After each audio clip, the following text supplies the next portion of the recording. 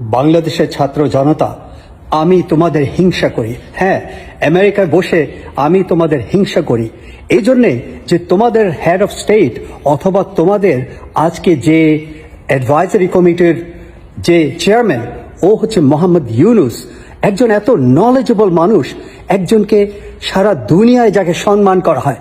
আর তোমরা দেখো আমাদের প্রেসিডেন্ট হচ্ছে Biden, he doesn't even know how to think. আবার অন্যদিকে অপোজিশন এখন হচ্ছে ট্রাম্প, অ্যানাদার স্টুপিড গায়। তো মোহাম্মদ ইউনুসকে তোমরা পেয়ে তোমরা যে কত ভাগ্যবান, আমার তো মনে হয় আমার তোমার হিংসায় আমার মন জ্বলে যাচ্ছে তোমাদের জন্যে।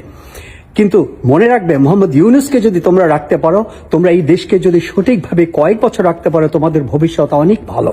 এই জন্য বলছি, নাম্বার ওয়ান, মোহাম্মদ ইউনুস হচ্ছে world wide sort after person for knowledge and for wisdom. এইটা হওয়াতে বাংলাদেশের ম্যাটেরিয়াল এবং ইমম্যাটেরিয়াল বেনিফিট হবে।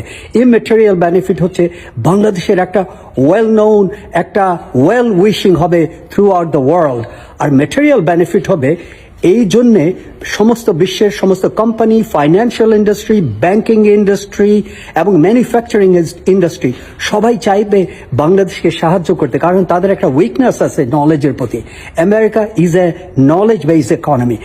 ওরা সবাই চাইবে তোমাদের সাথে বিজনেস করতে। তোমাদের খালি ভালো ইংরেজি শিখতে হবে আর গভর্নমেন্টটাকে স্টেবল রাখতে হবে। Best of luck.